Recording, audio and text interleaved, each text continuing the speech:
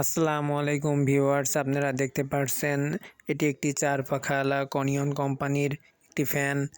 এই ফ্যানটি আমি ইতিপূর্বেই সেটিং করেছি। এখন আমি ফ্যানটি আপনাদেরকে একটু দেখিয়ে দিচ্ছি ফ্যানটি কিভাবে সেটিং করলাম এবং কেমন হয়েছে সেটিং করার পরে। এর পূর্বে যদি আপনারা এই ফ্যানটির পুরো সেটিং দেখতে চান কিভাবে আমি ফ্যানটি সেটিং করলাম, তাহলে অবশ্যই কমেন্ট বক্সে কমেন্ট করতে পারেন। আমি আপনাদেরকে দেখিয়ে দেব। বাসা বাড়িতে সিলিং ফ্যান কিনে আনার পরে আপনাদেরকে ইলেকট্রিশিয়ান দিয়ে সেট করানো লাগবে না। আপনারা নিজেরাই বাসা বাড়িতে ফ্যান কিনে এনে আপনারা নিজেরাই সেটিং করে ফ্যানটি ঝুলাতে পারেন। এই জন্য এই ভিডিওটি বানিয়েছি।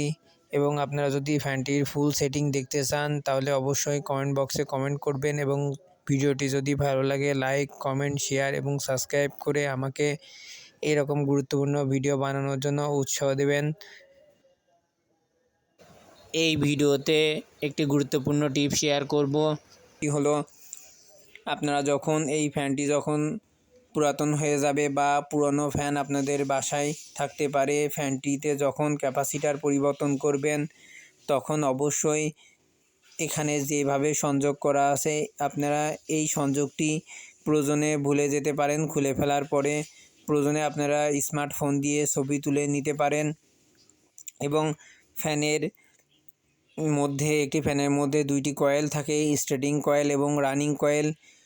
দুইটি কয়েলের সংযোগই যেভাবে দেওয়া আছে, আপনারা যারা নতুন তারা এই সংযোগটি আপনারা ছবি তুলে রাখতে পারেন বা কোনো মার্কার পেন দিয়ে আপনারা তারের এক প্রান্ত মার্ক করে রাখতে পারেন। এক্ষেত্রে আপনাদের সংযোগটি ভুলে যাবেন না এবং সংযোগটি সঠিকভাবে দিতে পারবেন পুনরায় এবং ফ্যানটি সুন্দরভাবে চলবে।